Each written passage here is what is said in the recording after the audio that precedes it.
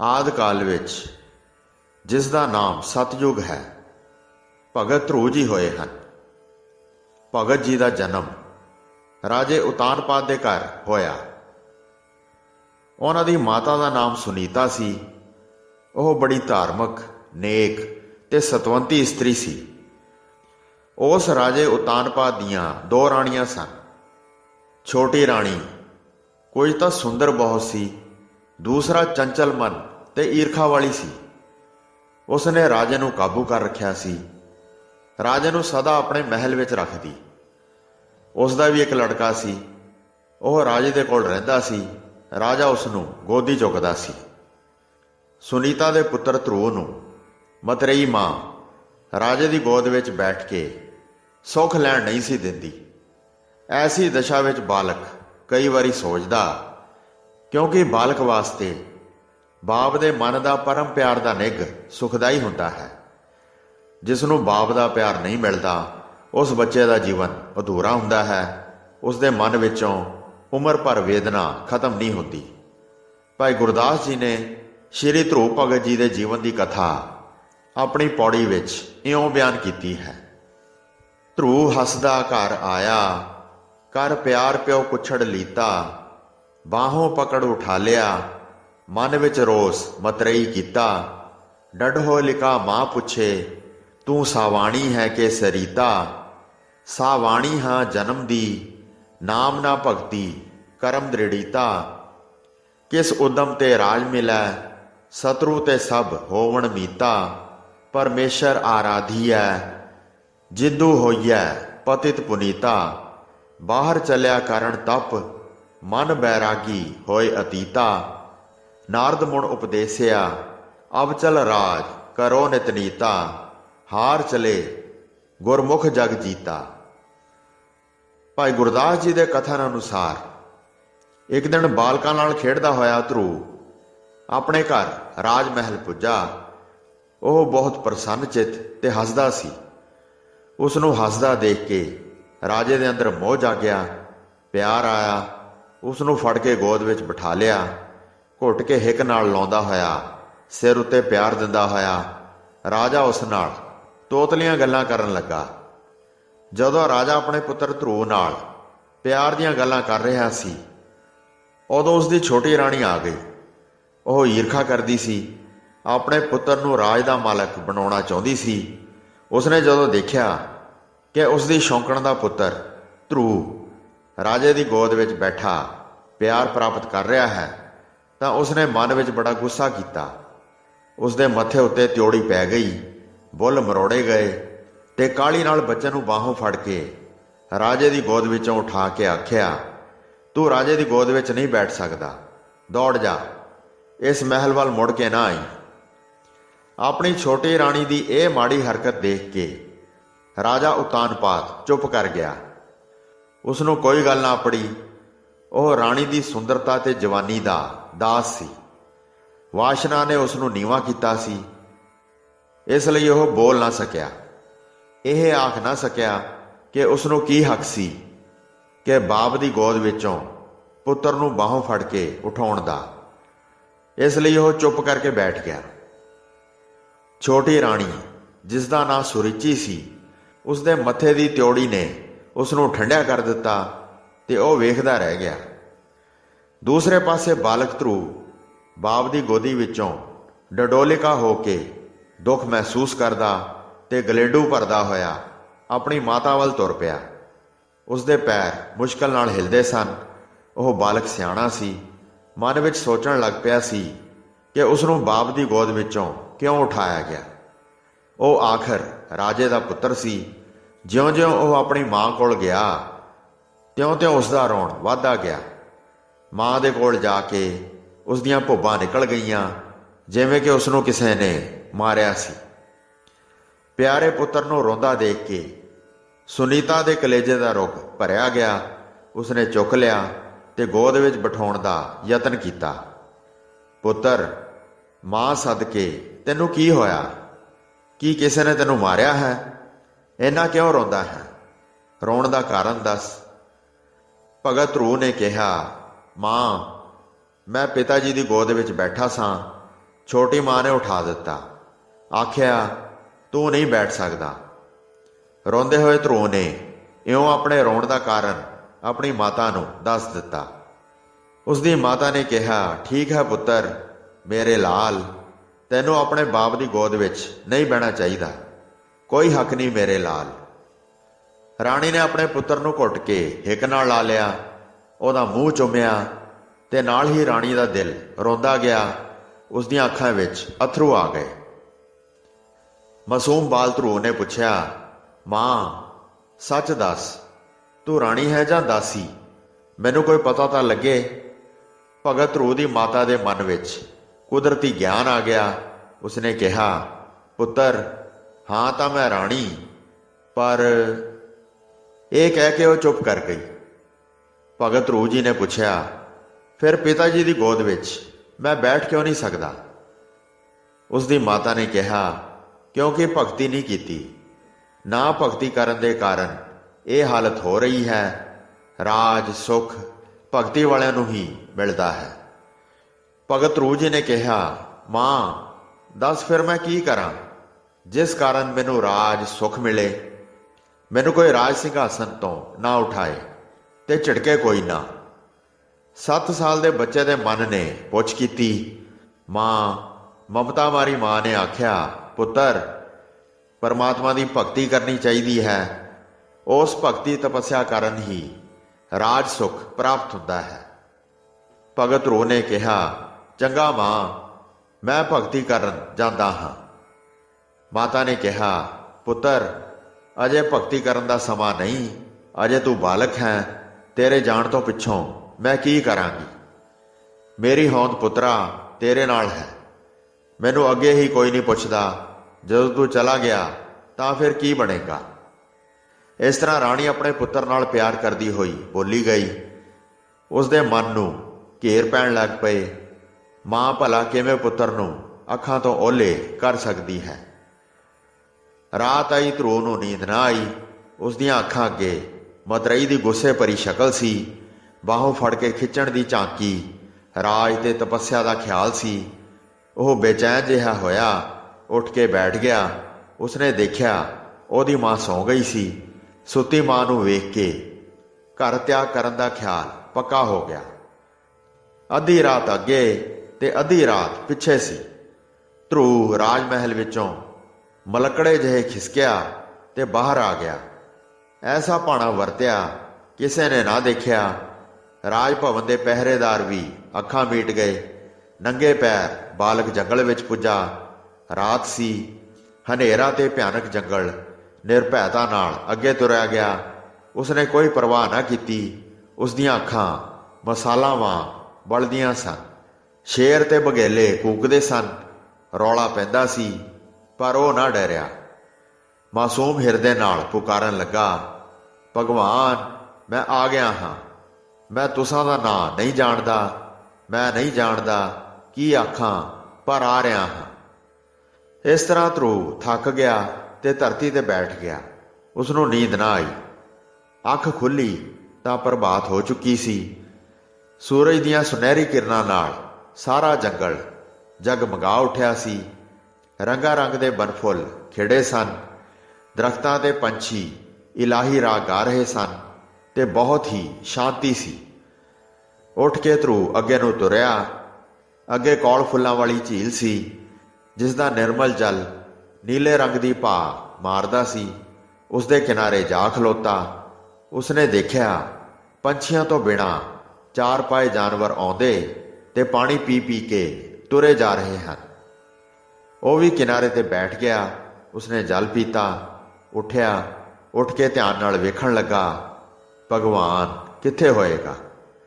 ਉੱਠ ਕੇ ਉੱਚੀ ਆਵਾਜ਼ ਮਾਰੀ, ਭਗਵਾਨ, ਮੈਂ ਆਇਆ ਹਾਂ। ਉਹ ਆਵਾਜ਼ਾਂ ਮਾਰਦਾ ਹੀ ਸੀ ਕਿ ਨਾਰਦ ਮੁਨੀ ਜੀ ਆ ਗਏ। ਨਾਰਦ ਮੁਨੀ ਜੀ ਨੂੰ ਵੇਖ ਕੇ ਆਖਿਆ, ਕੀ ਤੁਸੀਂ ਭਗਵਾਨ ਹੋ? ਨਾਰਦ ਮੁਨੀ ਜੀ ਨੇ ਆਖਿਆ, ਨਹੀਂ ਬਾਲਕ, ਮੈਂ ਭਗਵਾਨ ਨਹੀਂ। ਭਗਵਾਨ ਦੂਰ ਰਹਿੰਦਾ ਹੈ, ਉੱਥੇ ਤੂੰ ਨਹੀਂ ਜਾ ਸਕਦਾ। ਭਗਤ ਧਰੂ ਜੀ ਨੇ ਕਿਹਾ, ਮੈਂ ਕਿਉਂ ਨਹੀਂ ਜਾ ਸਕਦਾ? ਨਾਰਦ ਮੁਨੀ ਜੀ ਨੇ ਕਿਹਾ, ਤੇਰੀ ਉਮਰ ਛੋਟੀ ਹੈ। ਤੂੰ ਰਾਜੇ ਉਤਾਨਪਾਦ ਦਾ ਪੁੱਤਰ ਹੈ। मैं जानदा हाँ। तपोवन दूर है, राह विच भयानक जंगल है। तैनूं बलावां खा जाणगीਆਂ। भुख, त्रे, बिजली, बारिश, पाला, गर्मी, तेरा शरीर नहीं चल सकदा। आ मेरे नाल, मैं तैनूं तेरे बाप कोल लै चलदा हाँ। ਉਹ ਤੈਨੂੰ ਅੱਧਾ ਰਾਜ ਦੇ ਦੇਵੇਗਾ। ਧਰੂ ਹੱਸ ਪਿਆ। ਅੱਧਾ ਰਾਜ? ਅਜੇ ਮੈਂ ਭਗਵਾਨ ਦੇ ਦਰਸ਼ਨ ਕਰਨ ਚੱਲਿਆ ਹਾਂ, ਤਾਂ ਅੱਧਾ ਰਾਜ? ਜੇ ਦਰਸ਼ਨ ਕਰ ਲਵਾਂਗਾ ਤਾਂ ਜ਼ਰੂਰ ਸਾਰਾ ਰਾਜ ਮਿਲੇਗਾ। ਉਸਨੇ ਮਨ ਹੀ ਮਨ ਸੋਚਿਆ ਤੇ ਮੁੜ ਦਲੇਰੀ ਨਾਲ ਬੋਲਿਆ, ਦੇਖੋ ਜੀ, ਮੈਂ ਨਹੀਂ ਜਾਣਦਾ ਤੁਸੀਂ ਕੌਣ ਹੋ, ਕਿੱਥੋਂ ਆਏ ਹੋ। ਜੇ ਮੈਨੂੰ ਭਗਵਾਨ ਦੀ ਭਗਤੀ ਵੱਲੋਂ ਰੋਕਦੇ ਹੋ ਤਾਂ ਮੇਰੇ ਦੁਸ਼ਮਣ ਹੋ। ਬਸ ਚੰਗਾ ਇਹ ਹੈ, ਇੱਥੋਂ ਚਲੇ ਜਾਓ, ਆਪਣੇ ਰਾਹ ਪਾਓ। ਕੋਈ ਬਲਾ ਮੈਨੂੰ ਖਾ ਜਾਏ, ਤੁਹਾਨੂੰ ਕੀ ਹੈ। ਮਾਸੂਮ ਬਾਲਕ ਧਰੂ ਦੀ ਜ਼ਬਾਨੋਂ ਐਸਾ ਬਚਨ ਸੁਣ ਕੇ, ਉਸ ਦਾ ਦ੍ਰਿੜ ਵਿਸ਼ਵਾਸ ਦੇਖ ਕੇ ਨਾਰਦ ਮੁਨੀ ਜੀ ਹੈਰਾਨ ਹੋ ਗਏ।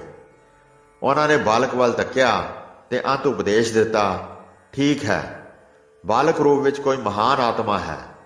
ਤੇਰਾ ਵਿਚਾਰ ਠੀਕ ਹੈ। ਭਗਵਾਨ ਦੀ ਭਗਤੀ ਕਰਨੀ ਸਭ ਤੋਂ ਚੰਗਾ ਕਰਮ ਹੈ। ਇਹ ਮੰਤਰ ਚੇਤੇ ਕਰ ਲੈ। ਓਮ ਨਮੋ ਭਗਵਤੇ ਵਾਸੁਦੇਵਾਏ। ਅਤੇ ਅੱਖਾਂ ਮੀਟ ਕੇ ਕੇਸ਼ਵ ਕਲੇਸ਼ ਹਰੀ, ਹਰੀ ਦਾ ਧਿਆਨ ਧਰੀ ਰੱਖਣਾ। ਕੋਈ ਵਿਘਨ ਨਹੀਂ ਪਵੇਗਾ, ਤੇਰੇ ਕਾਰਜ ਰਾਸ ਹੋਣਗੇ। ਇਉਂ ਉਪਦੇਸ਼ ਕਰਕੇ ਬ੍ਰਹਮ ਸ਼ਕਤੀ ਆਸਰੇ ਨਾਰਦ ਮੁਨੀ ਜੀ ਅਲੋਪ ਹੋ ਗਏ। ਉਹਨਾਂ ਦਾ ਅਲੋਪ ਹੋਣਾ ਧਰੂ ਵਾਸਤੇ ਅਚੰਭੇ ਦੀ ਗੱਲ ਸੀ। ਕਿਤੇ ਇਹੋ ਹੀ ਤਾਂ ਭਗਵਾਨ ਨਹੀਂ ਸੀ। ਬਾਲਕ ਦੇ ਮਨ ਵਿੱਚ ਸ਼ੰਕਾ ਫੁਰਿਆ। ਉਹ ਅੱਗੇ ਜਾ ਕੇ ਇੱਕ ਪੱਥਰ ਦੀ ਸਿਲ ਉੱਪਰ ਬੈਠ ਗਿਆ ਤੇ ਭਗਤੀ ਕਰਨ ਲੱਗਾ। ਦੂਸਰੇ ਪਾਸੇ ਮਾਂ ਸੁਨੀਤਾ ਜਾਗੀ। ਉਸਨੇ ਆਪਣੇ ਕਮਲ ਨੈਣਾਂ ਨਾਲ ਆਪਣੇ ਪੁੱਤਰ ਵੱਲ ਤੱਕਿਆ ਤਾਂ ਉਹਦਾ ਬਿਸਤਰਾ ਖਾਲੀ ਸੀ। ਕਾਹਲੀ ਨਾਲ ਉੱਠੀ, ਦਿਲ ਧੜਕਣ ਲੱਗ ਪਿਆ। ਆਵਾਜ਼ਾਂ ਦਿੱਤੀਆਂ, ਧਰੂ, ਧਰੂ, ਮੇਰਾ ਲਾਲ ਕਿੱਥੇ ਹੈ। ਮਹਿਲ ਗੂੰਜਿਆ, ਦਾਸੀਆਂ ਆਈਆਂ, ਪਰ ਕਿਸੇ ਨੇ ਇਹ ਨਾ ਦੱਸਿਆ ਧਰੂ ਕਿੱਥੇ ਹੈ। ਸਾਰਾ ਮਹਿਲ ਛਾਣਿਆ, ਮਹਿਲ ਦੇ ਨਾਲ ਬਾਗ ਦੇਖੇ, ਦਾਸ ਦਾਸੀਆਂ ਨੂੰ ਪੁੱਛਿਆ, ਪਰ ਕੁਝ ਪਤਾ ਨਾ ਲੱਗਾ। ਸੁਨੀਤਾ ਵਿਆਕੁਲ ਹੋ ਉੱਠੀ। ਉਸ ਦੀਆਂ ਅੱਖਾਂ ਅੱਗੇ ਹਨੇਰਾ ਛਾ ਗਿਆ। ਉਹਦੇ ਸਿਰ ਦੇ ਵਾਲ ਗਲ ਵਿੱਚ ਆਪਣੇ ਆਪ ਹੀ ਖਿਲਰ ਗਏ। ਰਾਜੇ ਉਤਾਨਪਾਦ ਨੂੰ ਖਬਰ ਹੋਈ। ਉਹ ਸੁਨੀਤੀ ਦੇ ਮਹਿਲ ਵੱਲ ਜਾਣ ਲੱਗਾ ਤਾਂ ਛੋਟੀ ਰਾਣੀ ਨੇ ਰੋਕ ਲਿਆ। ਨਾ ਜਾਓ, ਆਪੇ ਲੱਭ ਪਏਗਾ। ਉਸਨੇ ਚਲਾਕੀ ਕੀਤੀ ਹੋਏਗੀ, ਆਪੇ ਹੀ ਲੁਕਾ ਕੇ ਤੁਸਾਂ ਨੂੰ ਹੈਰਾਨ ਕਰਨਾ ਚਾਹੁੰਦੀ ਹੈ। ਰਾਜਾ ਖਲੋ ਗਿਆ। ਮਨ ਹੀ ਮਨ ਵਿੱਚ ਸੋਚ ਰਿਹਾ ਸੀ। ਇੱਕ ਤਾਰਾ ਹੱਥ ਵਿੱਚ ਫੜੀ ਨਾਰਦ ਮੁਨੀ ਜੀ ਖੜਾਵਾਂ ਦਾ ਖੜਕਾ ਕਰਦੇ ਹੋਏ ਆ ਗਏ। ਰਾਜੇ ਦੇ ਕੋਲ ਆ ਕੇ ਹਰੀ ਨਾਰਾਇਣ ਉਚਾਰਿਆ, ਹੇ ਰਾਜਨ, ਅੱਜ ਕੀ ਮਾਮਲਾ ਹੈ। ਤੁਸੀਂ ਹੈਰਾਨ ਹੋ ਕਿ ਛੋਟੀ ਰਾਣੀ ਨੇ ਘੂਰਿਆ ਹੈ। ਨਾਰਦ ਮੁਨੀ ਜੀ ਦੀ ਜ਼ੁਬਾਨੋਂ ਇਹ ਸੁਣ ਕੇ ਰਾਜਾ ਕੁਝ ਸ਼ਰਮਿੰਦਾ ਹੋਇਆ। ਨਾਰਦ ਮੁਨੀ ਤ੍ਰੈਕਾਲਦਰਸ਼ੀ, ਉਸ ਨੂੰ ਨਮਸਕਾਰ ਕਰਕੇ ਰਾਜੇ ਨੇ ਕਿਹਾ, ਹੇ ਮੁਨੀ ਜਨ, ਮੇਰੀ ਵੱਡੀ ਰਾਣੀ ਸੁਨੀਤੀ ਦਾ ਪੁੱਤਰ ਧਰੂ ਸੁਣਿਆ ਹੈ ਰਾਜ ਭਵਨ ਵਿੱਚੋਂ ਗੁੰਮ ਹੋ ਗਿਆ। ਉਸ ਦੀ ਚਿੰਤਾ ਹੈ। ਕੱਲ ਉਸ ਨੂੰ ਛੋਟੀ ਰਾਣੀ ਨੇ ਮੇਰੀ ਗੋਦ ਵਿੱਚੋਂ ਉਠਾ ਦਿੱਤਾ ਸੀ। ਇਸ ਗੁੱਸੇ ਕਰਕੇ ਪਤਾ ਨਹੀਂ ਬੱਚਾ ਕਿੱਧਰ ਗਿਆ। ਹਰੀ ਨਾਰਾਇਣ। ਇਹ ਆ ਕੇ ਨਾਰਦ ਬੋਲਿਆ, ਹੇ ਰਾਜਨ, ਤੁਸਾਂ ਦਾ ਪੁੱਤਰ ਗਵਾਚਿਆ ਨਹੀਂ। ਉਹ ਤਪੋਵਨ ਵਿੱਚ ਪੁੱਜ ਕੇ ਭਗਤੀ ਕਰਨ ਬੈਠ ਗਿਆ ਹੈ। ਉਸ ਮਾਸੂਮ ਦਾ ਦਿਲ ਦੁਖਾਇਆ ਹੈ। ਹੇ ਰਾਜਨ, ਤੁਸਾਂ ਨੇ ਭੁਲੇਖਾ ਖਾਧਾ ਹੈ। ਰਾਜ ਦੇ ਕਾਰਨ ਮਾਇਆ ਦੇ ਚਮਤਕਾਰ ਨਾਲ ਮੋਹੇ ਗਏ ਹੋ। ਤੁਸਾਂ ਦਾ ਪੁੱਤਰ ਪਿਆਰ ਹੋ ਸਕਦਾ ਹੈ, ਪਰ ਨਾਰੀ ਪਿਆਰ ਪਰਬਲ ਹੈ। ਰੂਪ ਵਾਸ਼ਨਾ ਦੇ ਤੁਸੀਂ ਗੁਲਾਮ ਹੋ ਗਏ ਹੋ। ਤੁਸਾਂ ਨੇ ਪੁੱਤਰ ਨੂੰ ਪਿਆਰ ਨਹੀਂ ਦਿੱਤਾ, ਰਾਣੀ ਸੁਨੀਤੀ ਨੂੰ ਦੁਰਕਾਰ ਦਿੱਤੀ। ਐਸਾ ਕਰਮ ਤੇ ਵਿਤਕਰਾ ਕਰਨ ਵਾਲਾ ਪੁਰਸ਼ ਸਦਾ ਹੀ ਦੁਖੀ ਰਹਿੰਦਾ ਹੈ। ਉਹ ਕੇਸ਼ਵ ਕਲੇਸ਼ ਦੀ ਭਗਤੀ ਕਰਕੇ ਰਾਜ ਪ੍ਰਾਪਤ ਕਰੇਗਾ। ਕੁਝ ਗੱਲਾਂ ਸੁਣ ਕੇ ਰਾਜਾ ਸ਼ਰਮਿੰਦਾ ਹੋਇਆ ਤੇ ਧਰੂ ਦਾ ਤਪੋਵਨ ਨੂੰ ਜਾਣਾ ਸੁਣ ਕੇ ਉਸ ਨੂੰ ਹੈਰਾਨੀ ਹੋਈ। ਉਸਨੇ ਨਾਰਦ ਮੁਨੀ ਵੱਲ ਤੱਕ ਕੇ ਪੁੱਛਿਆ, ਸੱਚੀ ਹੀ ਮੇਰਾ ਪੁੱਤਰ ਤਪੋਵਨ ਨੂੰ ਚਲਾ ਗਿਆ? ਉਹ ਘੋਰ ਤਪ ਕਰੇਗਾ। ਮਾਸੂਮ ਬਾਲਕ ਭੁੱਖ, ਗਰਮੀ ਤੇ ਠੰਡ ਕਿਵੇਂ ਸਹੇਗਾ? ਓਹੋ, ਉਫ, ਇਹ ਆਖ ਕੇ ਰਾਜੇ ਨੇ ਹੌਂਕਾ ਭਰਿਆ। ਉਸ ਨੂੰ ਹੈਰਾਨੀ ਹੋਈ। ਹੇ ਮੁਨੀ ਜੀ, ਇਹ ਖਬਰ ਤੁਸੀਂ ਬੜੀ ਮਾੜੀ ਸੁਣਾਈ। ਜਾਓ, ਮੇਰੇ ਪੁੱਤਰ ਨੂੰ ਵਾਪਸ ਲਿਆਓ। ਮੈਂ ਉਸ ਨੂੰ ਅੱਧਾ ਰਾਜ ਦਿੰਦਾ ਹਾਂ। ਉਹ ਆਪਣੇ ਰਾਜ ਵਿੱਚ ਸੁੱਖ ਲਵੇ, ਧਰਮ ਕਰੇ, ਜੀਵਨ ਸੁੱਖ ਮਾਣੇ, ਪਰ ਇਹ ਨਹੀਂ ਦੇਖ ਸਕਦਾ ਕਿ ਮੇਰਾ ਪੁੱਤਰ ਭੁੱਖ ਨਾਲ ਮਰੇ। ਨਾਰਦ ਮੁਨੀ ਜੀ ਨੇ ਆਖਿਆ, ਹੇ ਰਾਜਨ, ਮੋੜ ਵੇਖਣਾ ਪਰ ਮੁੜੇਗਾ ਨਹੀਂ। ਉਹ ਜ਼ਰੂਰ ਤਪੱਸਿਆ ਕਰੇਗਾ। ਇਹ ਆਖ ਕੇ ਨਾਰਦ ਮੁਨੀ ਜੀ ਹਰੀ ਨਾਰਾਇਣ ਬੋਲਦੇ ਹੋਏ ਰਾਣੀ ਸੁਨੀਤੀ ਕੋਲ ਗਏ। ਉਸ ਨੂੰ ਧੀਰਜ ਦਿੱਤੀ। ਆਖਿਆ, ਹੇ ਰਾਣੀ, ਤੇਰੀ ਕੁੱਖ ਸਫਲ ਹੋਈ। ਚਿੰਤਾ ਨਾ ਕਰ, ਖੁਸ਼ ਹੋ, ਤੇਰਾ ਪੁੱਤਰ ਭਗਤ ਬਣੇਗਾ। ਰਾਜਾ ਉਤਾਨਪਾਦ ਜੰਗਲ ਵਿੱਚ ਧਰੂ ਦੇ ਕੋਲ ਉਸ ਨੂੰ ਮਨਾਉਣ ਵਾਸਤੇ ਗਿਆ। ਲਾਲਚ ਦਿੱਤੇ, ਤਰਲੇ ਕੱਢੇ, ਪਰ ਰਾਜਾ ਧਰੂ ਨੂੰ ਲਿਆਉਣ ਵਿੱਚ ਸਫਲ ਨਾ ਹੋਇਆ। ਇਸ ਲਈ ਨਿਰਾਸ਼ ਹੋ ਕੇ ਮੁੜ ਆਇਆ। ਰਾਜੇ ਦੇ ਜਾਣ ਨਾਲ ਧਰੂ ਨੂੰ ਹੋਰ ਭਰੋਸਾ ਹੋ ਗਿਆ ਕਿ ਭਗਤੀ ਕਰਨੀ ਠੀਕ ਹੈ। ਜੇ ਤਪੱਸਿਆ ਤੋਂ ਪਹਿਲਾਂ ਅੱਧਾ ਰਾਜ ਮਿਲਦਾ ਹੈ ਤਾਂ ਭਗਤੀ ਕੀਤਿਆਂ ਜ਼ਰੂਰ ਪੂਰਾ ਰਾਜ ਮਿਲ ਜਾਏਗਾ। ਉਹ ਨਿਰਹਾਰ ਰਹਿ ਕੇ ਘੋਰ ਤਪੱਸਿਆ ਕਰਨ ਲੱਗਾ। ਇੰਦਰ ਨੇ ਧਰੂ ਦੀ ਤਪੱਸਿਆ ਨੂੰ ਭੰਗ ਕਰਨ ਲਈ ਅਨੇਕਾਂ ਯਤਨ ਕੀਤੇ, ਮਾਇਆ ਦੇ ਚਮਤਕਾਰ ਦਿਖਾਏ, ਪਰ ਧਰੂ ਨਾ ਡੋਲਿਆ। ਉਸਨੇ ਨੇਤਰ ਨਾ ਪੁੱਟੇ। ਅੰਤ ਵਿੱਚ ਮਾਇਆ ਮੈਂ ਦੈਂਤ ਨੂੰ ਭੇਜਿਆ। ਉਹ ਦੈਂਤ ਭਿਆਨਕ ਸੀ। ਉਸਨੇ ਤਪੋਵਨ ਵਿੱਚ ਭਿਆਨਕਤਾ ਪੈਦਾ ਕਰ ਦਿੱਤੀ। ਉਸਨੇ ਹਨੇਰੀਆਂ ਲਿਆਂਦੀਆਂ, ਬਾਰਿਸ਼ਾਂ ਲਿਆਂਦੀਆਂ, ਗੜੇ ਪਾਏ, ਦਰਖਤ ਡੇਗੇ, ਧਰਤੀ ਹਿਲਾਈ, ਪਰ ਧਰੂ ਅਡੋਲ ਬੈਠਾ ਰਿਹਾ। ਧਰੂ ਨੇ ਇੰਨੀ ਤਪੱਸਿਆ ਕੀਤੀ ਕਿ ਉਸ ਦੀ ਤਪੱਸਿਆ ਦੇਖ ਕੇ ਇੰਦਰ ਡਰ ਗਿਆ। ਇੰਦਰ ਆਪਣੇ ਰਾਜ ਦਰਬਾਰ ਵਿੱਚੋਂ ਉੱਠ ਕੇ ਵਿਸ਼ਨੂੰ ਭਗਵਾਨ ਕੋਲ ਪੁੱਜਿਆ। ਉਸ ਨੂੰ ਆਖਣ ਲੱਗਾ, ਧਰੂ ਤਪੱਸਿਆ ਕਰ ਰਿਹਾ ਹੈ। ਕਿਤੇ ਇੰਦਰ ਦੀ ਗੱਲ ਭਾਵੇਂ ਪੂਰੀ ਨਾ ਹੋਈ, ਪਰ ਵਿਸ਼ਨੂੰ ਭਗਵਾਨ ਸਾਰੀ ਗੱਲ ਜਾਣ ਗਏ। ਉਹਨਾਂ ਨੇ ਆਖਿਆ, ਹੇ ਇੰਦਰ, ਧਰੂ ਜਿਸ ਇੱਛਾ ਨੂੰ ਧਾਰਨ ਕਰਕੇ ਤਪ ਕਰ ਰਿਹਾ ਹੈ ਉਹ ਪੂਰੀ ਹੋਏਗੀ। ਉਸ ਦੀ ਇੱਛਾ ਤੁਸਾਂ ਦਾ ਰਾਜ ਲੈਣ ਦੀ ਨਹੀਂ। ਉਹ ਆਪਣੇ ਬਾਪ ਦੇ ਰਾਜ ਦਾ ਧਿਆਨ ਕਰ ਰਹੇ ਹਨ। ਉਹਨਾਂ ਨੂੰ ਉਹ ਮਿਲੇਗਾ, ਉੱਚੀ ਪਦਵੀ ਹੋਵੇਗੀ। ਇੰਦਰ ਖੁਸ਼ ਹੋ ਕੇ ਆਪਣੇ ਰਾਜ ਭਵਨ ਵਿੱਚ ਚਲਾ ਗਿਆ ਤੇ ਵਿਸ਼ਨੂੰ ਭਗਵਾਨ ਆਪਣਾ ਰੂਪ ਬਦਲ ਕੇ ਤਪੋਵਨ ਵਿੱਚ ਪੁੱਜ ਗਏ। ਉਹਨਾਂ ਨੇ ਉਹ ਰੂਪ ਧਾਰਨ ਕੀਤਾ ਜੈਸਾ ਕਿ ਧਰੂ ਦੇ ਧਿਆਨ ਵਿੱਚ ਸੀ। ਅਡੋਲ ਤੇ ਅਹਿਲ ਸਮਾਧੀ ਨੂੰ ਤੋੜਿਆ ਤੇ ਦਰਸ਼ਨ ਦਿੱਤੇ। ਧਰੂ ਨੇ ਜਦੋਂ ਦਰਸ਼ਨ ਕੀਤੇ ਤਾਂ ਪ੍ਰਸੰਨ ਹੋ ਗਿਆ। ਉਸ ਦੀ ਪ੍ਰਸੰਨਤਾ ਵੇਖ ਕੇ ਭਗਵਾਨ ਨੇ ਬਚਨ ਕੀਤਾ, ਘੋਰ ਤਪੱਸਿਆ ਨਾਲ ਮਨ ਮੋਹਿਆ, ਜਾ ਰਾਜ ਮਿਲੇਗਾ। 26,000 ਸਾਲ ਰਾਜ ਕਰਕੇ ਅਮਰ ਹੋਏਗਾ। ਸ੍ਰਿਸ਼ਟੀ ਦੇ ਰਹਿੰਦੇ ਤੱਕ ਤੇਰਾ ਨਾਮ ਰਹੇਗਾ। ਇਹ ਵਰ ਦੇ ਕੇ ਆਪਣੇ ਭਗਤ ਨੂੰ ਘਰ ਵੱਲ ਤੋਰ ਕੇ ਭਗਵਾਨ ਵਿਸ਼ਨੂੰ ਆਪਣੇ ਆਸਨ ਵੱਲ ਚਲੇ ਗਏ। ਨਾਰਦ ਮੁਨੀ ਜੀ ਨੇ ਰਾਜੇ ਨੂੰ ਜਾ ਦੱਸਿਆ। ਉਹ ਰੱਥ ਲੈ ਕੇ ਅੱਗੋਂ ਲੈਣ ਆਇਆ। ਮੰਗਲਾਚਾਰ ਹੋਏ, ਪ੍ਰਜਾ ਨੇ ਖੁਸ਼ੀ ਮਨਾਈ ਤੇ ਰਾਣੀ ਸੁਨੀਤੀ ਆਈ। ਉਸ ਵਾਸਤੇ ਸੰਸਾਰ ਰੋਸ਼ਨ ਹੋ ਗਿਆ। ਸਭ ਨੂੰ ਵਧਾਈ ਦੇਣ ਲੱਗੇ। ਰਾਜਾ ਉਤਾਨਪਾਦ ਨੇ ਧਰੂ ਨੂੰ ਰਾਜ ਦੇ ਦਿੱਤਾ। ਭਗਵਾਨ ਦੇ ਵਰ ਕਰਕੇ ਭਗਤ ਧਰੂ ਜੀ ਨੇ 26,000 ਸਾਲ ਰਾਜ ਕੀਤਾ। ਮੁੜ ਕੇ ਉਹ ਅਮਰ ਹੋ ਗਏ। ਅੱਜ ਧਰੂ ਤਾਰੇ ਦੇ ਨਾਮ ਨਾਲ ਚੇਤੇ ਕੀਤਾ ਜਾਂਦਾ ਹੈ। ਉਹ ਜੀਵਨ ਦਾ ਇੱਕ ਅਮਿੱਟ ਤੇ ਅਡੋਲ ਕੇਂਦਰ ਹੈ। ਹੇ ਜਗਿਆਸੂ ਜਨੋ, ਜੋ ਭਗਤੀ ਕਰਦਾ ਹੈ ਉਹ ਉੱਤਮ ਪਦਵੀ ਪ੍ਰਾਪਤ ਕਰਦਾ ਹੈ। ਇਹ ਸਭ ਭਗਵਾਨ ਦੀ ਹੀ ਲੀਲਾ ਹੈ। ਵਾਹਿਗੁਰੂ ਜੀ ਕਾ ਖਾਲਸਾ, ਵਾਹਿਗੁਰੂ ਜੀ ਕੀ ਫਤਿਹ।